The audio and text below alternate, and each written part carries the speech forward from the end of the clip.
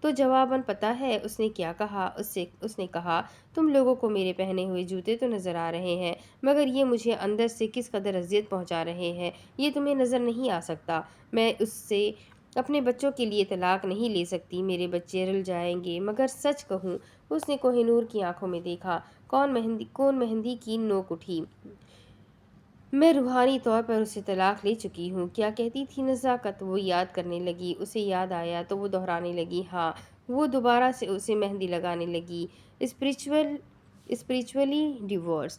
عورت جسمانی طور پر طلاق لے لے تو شاید واپس آ سکتی ہے، پر جب روحانی طور پر طلاق لے لے تو پھر وہ لوٹ کر کبھی نہیں آتی۔ کوہ نور نے اسے دیکھا، اس کا سر شرمندگی سے جھک گیا تھا۔ تمہارے ساتھ ہوئے ظلم میں میں بھی تو ذمہ دار ہوں۔ اسے ذرا ہنسی آئی، نہیں جھلی۔ اس نے ناک سکیڑی، ناک میں پہنی لونگ اندر کی جانب گئی۔ تمہیں پتہ ہے میں نے کیا کیا کیا ہے؟ وہ جذباتی ہو کر کہنے لگی، مگر کیجو نے اس کی بات کاٹ دی۔ اللہ اپنے جس بندے کو رسوا نہیں کرنا چاہتا، اس بندے کو خود کو رسوا کرنے کا کوئی حق نہیں۔ ایک انسانی زندگی اپنے گرد موجود چند زندگیوں پر انحصار کرتی ہے۔ تمہارا بحران صرف تمہارا نہیں، تمہارے راز کا نقصان صرف تمہارا نہیں۔ وہ خاموش ہو گئی۔ تم کوہ نور ہو، یعنی پہاڑ کا نور۔ سیاہی تم پر غلبہ پائے گی۔ نور اپنی پہچان سیاہی میں ہی جانتا ہے۔ کوہ نور تاریکی سے لڑی اور اس نے تاریکی پر غلبہ پا لیا۔ تاریکی اس پر لمحے بھر کے لیے حاوی ہوئی، مگر کوہ نور نے اسے زج کر دیا۔ اس نے مسکراتی ہوئی آنکھوں سے اسے دیکھا اور پھر اس کا دوسرا ہاتھ پکڑ لیا، اب یہ والا۔ گاڑی کی بیک سیٹ پر اسماعیل بیٹھا تھا، شاز ڈرائیو کر رہا تھا۔ ہاجرہ نے ایک نظر اسے دیکھ کر کہا، یہ تو سلیمان جتنا ہے۔ شاز، اسماعیل نے اسے نام سے پکارا۔ ہاجرہ نے ذرا چونک کر اسے دیکھا۔ ہاں اسماعیل۔ اس نے فرنٹ مرر سے اسے دیکھا۔ میں کب تک اپنی اماں سے ملوں گا؟ اس نے مسکرا کر اسے بتایا، بس ہم لاہور پہنچنے والے ہیں۔ ہاجرہ نے باہر دیکھتے ہوئے اس سے پوچھا، تمہیں لگتا ہے رجب اسے سنبھال لے گا؟ شاز نے ایک نظر اسے دیکھا، یہ فرنٹ برنر ہے، حل ہو کر ہی رہے گا۔ وہ محفوظ ہوئی اور رجب اس میں لا بھی۔ ویسے اس نے اپنے بڑھتے ہوئے ناخنوں کی جانب دیکھا اور پھر اسے، یہ بلیک فنڈز کھوکھاتا کا سودا ہمیں گھاٹے میں پڑا، میں اس سے بڑی سیٹی بجواؤں گا، وہ اطمینان سے بولا تھا، اور اس میں سردار سے زیادہ سیاستدانوں کا نقصان تھا، اس لیے میکارتھزم کا خیال میں نے ترک کر دیا۔ میکارتھزم بے بنیاد الزامات لگانے کا عمل۔ میں اس کو اس کے کیے ان جرائم کی سزا دینا چاہتا ہوں جو اس نے میرے ساتھ کیے ہیں۔ ہاجرہ نے افسوس کیا، ایک ایک کر کے ہم نے سارے ثبوت ضائع کر دیے ہیں۔ تمہیں اس قدر اخلاقیت کا مظاہرہ کرنے کی کوئی ضرورت نہیں تھی۔ اگر میں تمہیں ربر چکن سرکٹ کے متعلق اپنے مشورے بتا دوں تو اللہ جانے تم کیا کرو۔ اس نے بے آواز ہنستے ہوئے کندھے اچکائے۔ اچھا؟ اسماعیل ناسمجھی سے ان دونوں کو دیکھ رہا تھا۔ ربر چکن سرکٹ، فنڈز اکٹھا کرنے کے بعد ڈنر، یعنی ایسی دعوتیں جو فنڈز اکٹھا کرنے کے لیے کی جاتی ہیں۔ وہ ماضی کے دن یاد کر رہا تھا جب وہ سردار اور ان کے سیاسی دوست کے سامنے کھڑا تھا۔ اچھا تم اس پر کیا مشورہ دینا چاہو گے؟ وہ سادگی سے انہیں دیکھتے ہوئے کہنے لگا، مجھے بخوبی علم ہے آپ کو اس قسم کی بوریت بھری دعوتوں میں جانا اور خاص طور پر وہاں کا بدمزہ کھانا بے حد بیزاری کرتا ہے، مگر فنڈز اکٹھا کرنے کے لیے آپ کو وہاں جانا تو پڑے گا۔ آپ ہمارے ملک کے غربا کا ذکر کریں اور ان سے ملنے کے بعد اپنے اندر آئی تبدیلی اور تاثرات کا ذکر کرنا نہ بھولیے گا۔ اگر قحط سے جڑا ایک اسلامی واقعہ کوٹ کر دے تو آپ کی شخصیت کو چار چاند لگ جائیں گے۔ یہ قوم بہت جذباتی ہے، اخلاقیات اور دین کی چند باتیں سن کر موم ہو جاتی ہے۔ آپ کہہ سکتے ہیں جب سے آپ نے ان لوگوں سے ملاقات کی ہے تو آپ کی بھوک ختم ہو چکی ہے۔ کوشش کیجیے گا، سادہ لباس پہنیے گا، پھر دیکھیے آپ کو کیسے دل کھول کر فنڈز دیے جائیں گے۔ ہاجرہ نے یہ سن کر دنگ رہ گئی تھی۔ اور تم نے کون سا مذہبی واقعہ کوٹ کروایا تھا؟ وہ اس سے پہلے بتاتا وہ کہہ پڑی، توبہ ہے ویسے وہ افسوس کرنے لگی تھی۔ وہ کوتوالی کی کرپشن سے لے کر سیاست اور کاروباری اونچ نیچ سے گزر کر یہاں تک پہنچا تھا۔ کیا زندگی نے اسے واقعی سٹوئک بنا دیا تھا؟ مطلب اپنے مشیروں پر اسے اتنا یقین نہیں تھا جتنا سردار کے مشورے پر تھا، یا شاید ڈبل ایجنٹ ہونے پر خائف تھا۔ اپنے دادا کے ذکر پر اسماعیل کی آنکھیں کھلی۔ ظاہر ہے شاز نے گاڑی دائیں جانب موڑ لی۔ سردار کو سیاست میں دلچسپی نہیں ہے، اس لیے سیاست دان اس پر یقین کرتے ہیں، اسے بس کسی لیم ڈک کو چن کر اختیارات دلوانے میں مدد کرنی ہوتی ہے تاکہ اس کا دھندا چل سکے۔ بلی پلپٹ سیاسی لوگوں کے ذریعے اپنی رائے عوام تک پہنچوانے کا عمل وہ سانس لینے کے لیے ٹھہرا۔ کنگ فشر کے کیس میں اس نے دراصل سیٹی نہیں بلکہ انویسٹمنٹ نہ کرنے کا ٹرائل بلون اقدامات سے پہلے خبر پھیلانا چھوڑا ہے۔ تبھی وہ زہرا کو دھمکا رہا تھا، لیکن شاذ ہاجرہ نے کچھ سوچتے ہوئے اسے دیکھا۔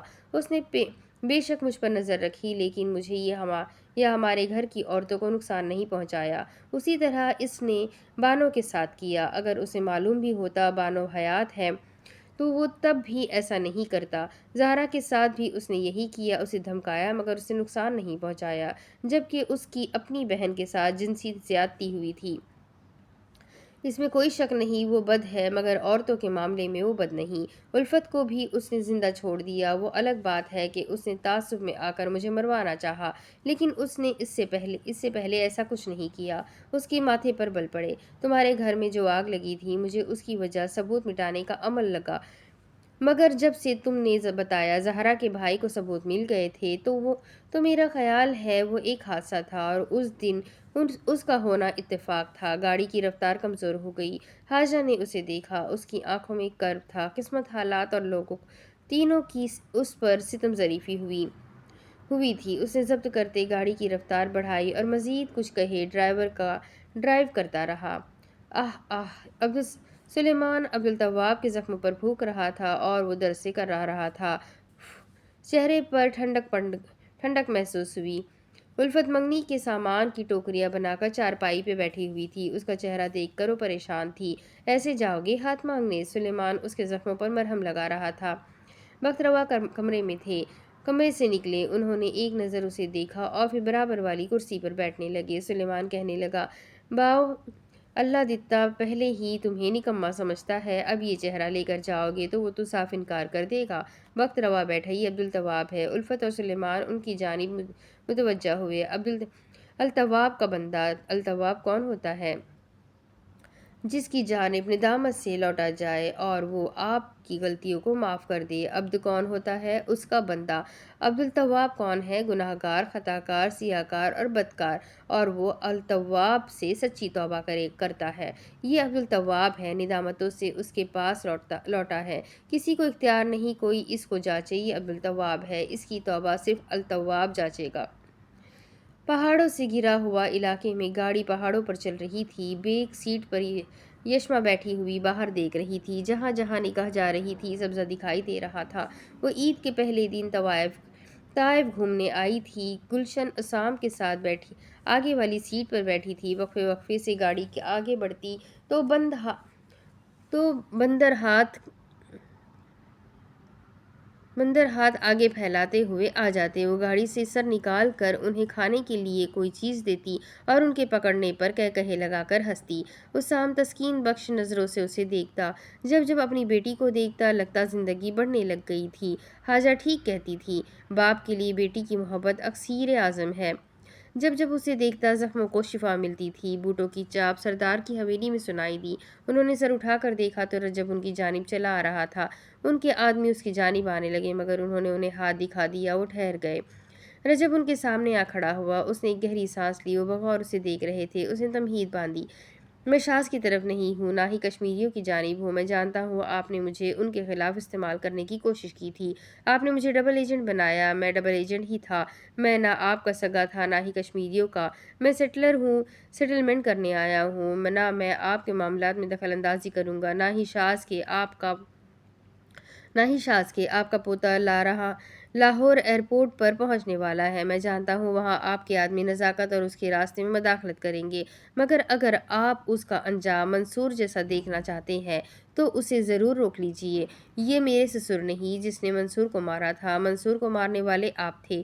اس کی آواز بلند ہوئی۔ سردار کے آدمی ان کی جانب دوڑے آئے مگر سردار نے پھر سے ضبط سے انہیں ہاتھ دکھا دیا۔ رک جاؤ۔ ان کی نگاہیں رجب پر ہی تھیں۔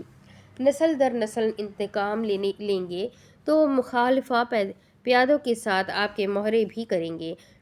میں اس خاندان کا حصہ نہیں ہوں، نہ ہی مجھے وہ اس کا حصہ سمجھتے ہیں۔ تحلیل میری بیوی ہے اور مجھے علم ہے، آپ عورتوں کو اس کھیل میں نقصان نہیں پہنچائیں گے، اس لیے ایک سودا کرتے ہیں۔ اپنے پوتے کو جانے دیں، آپ کو بلیک فنڈز سے جڑے کاغذات اور ریکارڈنگز مل جائے گی۔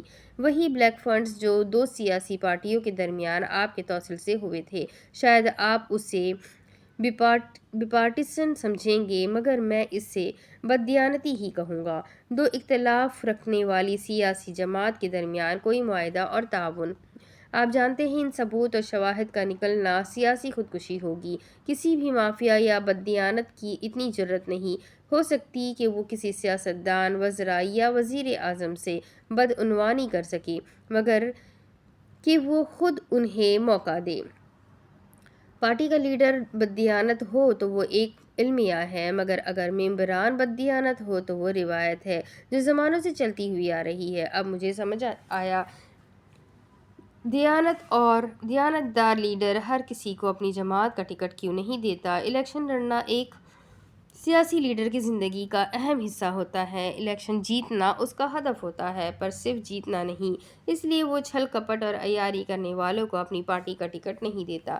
سچے لیڈر کی جماعت، اس کے ممبران اس کی نمائندگی کرتے ہیں، اس کی پارٹی کی اور اس کی نظریات کی آواز بنتے ہیں۔ الیکشن اسٹریٹجیز اور بھی بہت سی ہے، پر جو سب سے اہم ہے وہ ہے کسے اور کہاں سے کھڑا کرنا ہوتا ہے، نہ کہ ہر کسی کو کھڑا کرنا ہوتا ہے۔ کیا ہونا چاہیے، کیا نہیں، میں یہ نہیں کہوں گا۔ ہم شیخ نہ لیڈر، نہ مصاحب، نہ صحافی۔ جو خود نہیں کرتے وہ ہدایت نہ کریں گے۔ فیض احمد فیض۔ اس کا سب سے زیادہ نقصان آپ کو ہوگا۔ سارے پتے کھل چکے ہیں، میں آپ کی کہانی جانتا ہوں۔ آپ کے وفاداروں نے آپ کے ساتھ دغا بازی کی، اس لیے آپ ہر ایک سے اس کا وفادار چھیننا چاہتے ہیں، جیسے عبدالرفیق کو شاہ نواز سے اور مجھے شاذ سے۔ میں خود کو اپنے خاندان کے لیے اس کھیل سے بری کرتا ہوں۔ یہ جنگ آپ کی اور کشمیریوں کی ہے، اور میں اس کھیل سے دستبردار ہوتا ہوں۔ آپ کی بہن کے ساتھ جو ہوا مجھے اس کا افسوس ہے۔ افسوس ہے؟ وہ بے اختیار کہہ پڑے۔ کیا تمہیں اندازہ ہے اپنا خون پسینہ دے کر اپنی اولاد کو پروان چڑھانے کا؟ جانتے ہو جوان اولاد کا مر جانا کیسا ہوتا ہے؟ جانتے ہو اپنی اس اولاد کو مرتا ہوا دیکھنا کیسا ہوتا ہے جسے تم نے پالا پوسا ہو؟ ہے اندازہ؟ نہیں ہے نا، تو پھر تم افسوس کیسے کر سکتے ہو؟ میں نے دیکھا ہے اپنی بہن کو مرتے ہوئے، اس کی میت اٹھاتے ہوئے۔ پتہ ہے مجھے تب کیسا لگا تھا؟ بالکل ایسا کہ میں نے ایک باغیچے میں ایک پودا لگایا، اور جب وہ پیڑ بن گیا تو اسے پھل لگنے والا تھا، پر تب ہی اس پر آسمانی بجلی گر گئی۔ میری بہن مہکنے والی تھی، میں نے اسے پالا تھا، اور میں نے اس نوخیز پھول کو دفن کر دیا۔ رجب نے ان کی آنکھوں میں کرب دیکھا تھا۔ اگلے لمحے وہ کہنے لگا، مگر آپ اس ایک بدلے کے بدلے بہت نقصان کر چکے ہیں۔ سردار کی نگاہیں اٹھی۔ مجھے نہیں لگتا اب آپ بدلہ لینا چاہتے ہیں۔ اب آپ بس اپنے بنائے نظام کے مطابق حکومت کرنا چاہتے ہیں، جس کے درمیان شاذ خلل پیدا کر رہا ہے۔ وہ سانس لینے کے لیے رکا۔ اپنے آدمیوں کو روک دے، کاغذات آپ کے آدمیوں کو مل جائیں گے۔ وہ یہ کہتے ہوئے جانے کے لیے پلٹا۔ سردار نے اسے چند لمحوں کے لیے دیکھا۔ وہ بیرونی گیٹ کی جانب پہنچ گیا، اور سردار بے بسی میں میز پر سے ٹیلی فون کا ریسیور اٹھانے لگے۔ لاہور ایئرپورٹ پر اسماعیل اپنی ماں کا ہاتھ تھامے شاذ کے سامنے کھڑا تھا۔ ہاجرہ ایک طرف سینے سے ہاتھ لپیٹ کر کھڑی ہوئی تھی۔ نزاکت نے تشکر سر کو خم دیا۔ بہت شکریہ۔ شکریہ نہیں، میرا کام، اس نے دھیرے سے اس سے کہا تھا۔ اس نے اسے اس کے کاغذات پکڑائے۔ تمہاری رہائش اور ہر چیز کا انتظام ہو چکا ہے۔ تمہارا بچہ اچھی جگہ پڑھے گا، اسے ایک اچھا انسان بنانا۔ اس نے اب اسماعیل کی جانب دیکھا۔ ہاجرہ اسے ہی دیکھ رہی تھی۔ یہ انسان سیٹلمنٹ کرتا ہے، مگر اپنے ثبوت ایک ماں کو اس کے بچے سے ملانے کے لیے قربان کر رہا ہے۔ اسے میں سوداگری کی بجائے جذباتی تسکین کہوں، معاشرتی امداد یا انسانیت۔ نزاکت اور اسماعیل جا رہے تھے۔ شاذ اور ہاجرہ وہیں کھڑے تھے۔ ہاجرہ تھوڑے فاصلے پر تھی۔ کچھ دیر وہ ہنوز وہیں کھڑا رہا۔ وصل تو اسماعیل اور اس کی ماں کا ہوا تھا، تو خوش وہ کیوں تھا؟ شاید وہ خود کو اپنی ماں سے ملتے ہوئے دیکھ رہا تھا۔ آپ عمر کے کسی بھی حصے میں ہو، ماں سے ملنے اور اسے دیکھنے کی خوشی کا کوئی بدل نہیں ہوتا۔ جہاز ٹیک آف ہو رہا تھا۔ شاذ ہاجرہ کی طرف آیا۔ اس نے اس کی خالی ہاتھوں کی جانب دیکھا۔ بیوی، وہ اس کی جانب متوجہ ہوئی۔ واپس جاتے ہوئے بہت وقت ہو جائے گا، تمہیں یہیں سے مہندی لگوا لیتے ہیں۔ کوئی ضرورت نہیں، اس نے دو ٹوک انداز میں انکار کر دیا۔ کل میرے بھائی کی منگنی ہے، وہ اس سے پہلے کچھ کہتی وہ بولا، یہیں سے خریداری کر لیتے ہیں۔ ایک لمحے کے لیے وہ سوچنے لگی۔ اس نے شاز کے چہرے کی جانب دیکھا، پھر حامی بھری۔ چلو ٹھیک ہے۔ شاز کے لبوں پر ایک مسکراہٹ در آئی۔ مسکراتے ہوئے اچھا لگتا تھا۔ اس کی مسکراہٹ میں کچھ فرق آیا تھا۔ وہ فرق کیا تھا؟ حاجہ نے چند لمحے سوچا اور پھر اس کے ساتھ چلتے ہوئے خیال چٹک دیا۔ باورچی خانے میں برتنوں کی آواز سنائی دے رہی تھی۔ بانو نسرین بیٹھک میں بیٹھی تھی اور فکر سے خود سے کہہ رہی تھی، ابھی تک شیر خورما نہیں بنا۔ ہماری بحیثیت ایک خاندان پہلی عید ہے۔ کیا نسرین تم نے غلطی کی آج کے دن اپنا باورچی خانہ انگریزی میم کو سونپ کر؟ شاز راہداری سے گزر کر لاؤنج میں چلا آیا۔ عید مبارک اماں۔ انہوں نے چہرے سے ہاتھ ہٹا کر اسے دیکھا۔ وہ چہرے سے بشاشت لے کر آتے ہوئے بولی، خیر مبارک بیٹا۔ میز پر اسے لفافے پڑے ہوئے دکھائی دیے۔ وہ آگے چلے آتے پوچھنے لگا، یہ سب؟ انہوں نے لفافوں کی جانب دیکھا۔ بیٹا عیدی ہے تمہاری اور حاجرہ کے بہن بھائیوں کی؟ وہ ان کے قریب بیٹھتے ذرا مسکرایا۔ میرا نہیں خیال مجھے عیدی کی ضرورت ہے، میں اس کے لیے رسیدہ ہوں۔ انہوں نے ان لفافوں میں سے پہلا لفافہ اٹھایا اور کچھ سوچتے ہوئے مسکرائی۔ میرے لیے تو تمہاری پہلی عید ہے۔ انہوں نے اس کی جانب لفافہ بڑھا دیا۔ وہ اس لفافے کو اپنی جانب دیکھ کر جیسے جھیپ گیا۔ لو، ان کے اصرار پر اس نے لفافہ لیا۔ اس کا ششوپن میں مبتلا چہرہ دیکھ کر انہیں ہنسی آئی۔ لفافے کی سنہری چمک میں وہ اپنی زندگی کے سنہرے دن یاد کر رہا تھا۔ شاہ نواز بچوں میں عیدی تقسیم کر رہا تھا، ساتھ ساتھ سب سے کہہ رہا تھا، ہر بڑا اپنی عیدی سے اپنے چھوٹوں کو عیدی دے گا۔ شاز نے اپنا لفافہ جیب میں رکھ لیا اور خاموشی سے مڑنے لگا۔ شاہ نواز نے یکدم اسے دیکھا۔ شاز، اس نے پکڑے جانے پر آنکھیں میچ لی۔ تم نے سنا نہیں میں نے کیا کہا؟ وہ خود کو کمپوز کرتے میکانیکی انداز میں پلٹا۔ اگر میں اپنی عیدی سے عیدی دے دوں گا تو میں خود اس کا کیا کروں گا؟ جواباً اس نے یہ سوچتے پیچھے ہاتھ باندھ لیے۔ وہ ہنوز اسے دیکھ رہا تھا۔ اس نے اب اسے دیکھا اور کہنے لگا، عیدی صرف پیسے نہیں ہے، محبت ہے جسے عید کے روز بانٹتے ہیں، صرف وصول نہیں کرتے۔ شاز، آواز پر اس نے سامنے دیکھا۔ حاجہ سینی پکڑے ہوئے ان کی جانب چلی آ رہی تھی۔ شاز کو پرندے کے پنکھ مارنے کی آواز سنائی دی۔ وہ ہلکے سرمئی کرتے ملکی گرے میں ملبوس تھی، جس پر تار دھاگے کی کڑھائی ہوئی تھی، ساتھ چوڑی دار پائجامہ پہنا ہوا تھا۔ ادھ کھلے بالوں میں ایک طرف پیچھے کر کے چڑیا جیسی لمبی وکٹورین پن لگی ہوئی تھی۔ بانو نے اس کے خالی کانوں میں دیکھا اور اب نگاہ مہندی والے ہاتھوں پر گئی۔ کانوں میں تو کچھ پہنتی، اسے دیکھ کر کہاں سے لگتا ہے یہ شادی شدہ ہے۔ اس زمانے کی بڑی بوڑھی خواتین کا نظریہ۔ شاہ نواز، میری مینا۔ حاجرہ کو دیکھتے ہوئے اسے ماضی سے بازگشت سنائی دے رہی تھی۔ شاہ نواز، میری مینا اڑا دیا آپ نے؟ وہ کم عمر بچہ غمگینی سے شاہ نواز کو دیکھتے ہوئے کہہ رہا تھا۔ اس نے پنجرے کا دروازہ بند کیا۔ یہ تو اڑ گئی، جو اڑ گئی وہ تو تمہاری نہیں۔ وہ اس کی طرف دیکھتے ہوئے مسکرایا تھا۔ دل کرب سے پسیج گیا۔ میں ملک چھوڑ رہی ہوں۔ اس نے اب اس کم عمر لڑکی کو خود سے دور جاتے ہوئے دیکھا تھا۔ محبت محبوب کے ہاتھوں مشکلات برداشت کرتی ہے اور محبت کے ذریعے تلخ چیزیں میٹھی لگتی ہے۔ محبت کے ذریعے تانبے کے ذرے سونا بنائے جاتے ہیں۔ محبت کے ذریعے کمین چیزیں خالص شربت کا ذائقہ دیتی ہیں۔ محبت کے ذریعے درد شفا بخش مرہم لگتی ہے۔ محبت کے ذریعے کانٹے گلاب بن جاتے ہیں اور محبت کے ذریعے سرکہ میٹھا شربت بن جاتا ہے۔ میں انگلستان جا رہی ہوں۔ وہ جا رہی تھی، وہ اس کی نہیں تھی۔ پنکھ پھیلانے کی آواز پھر سے سنائی دی۔ اس نے اپنی مینا کو اپنے کندھے پر بیٹھتے ہوئے دیکھا تو تاثر نہیں دے سکا۔ محبت کے ذریعے کھوکا ایک تخت بن جاتا ہے۔ محبت کے ذریعے بد نصیبی خوش نصیبی لگتی ہے۔ محبت کے ذریعے قید پھولوں کا گوشہ لگتی ہے۔ محبت کے ذریعے راکھ کی بھٹی گلستان لگتی ہے۔ محبت کے ذریعے جلتی ہوئی آگ خوش آئند روشنی ہو جاتی ہے۔ محبت کے ذریعے بدحور بن جاتی ہے۔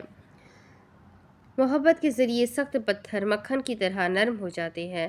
محبت کے ذریعے محبت کے بغیر نرم موم سخت لوہا ہو جاتی ہے۔ محبت کے ذریعے غم خوشی کی طرح ہے۔ محبت کے ذریعے غول فرشتوں میں بدل جاتے ہیں۔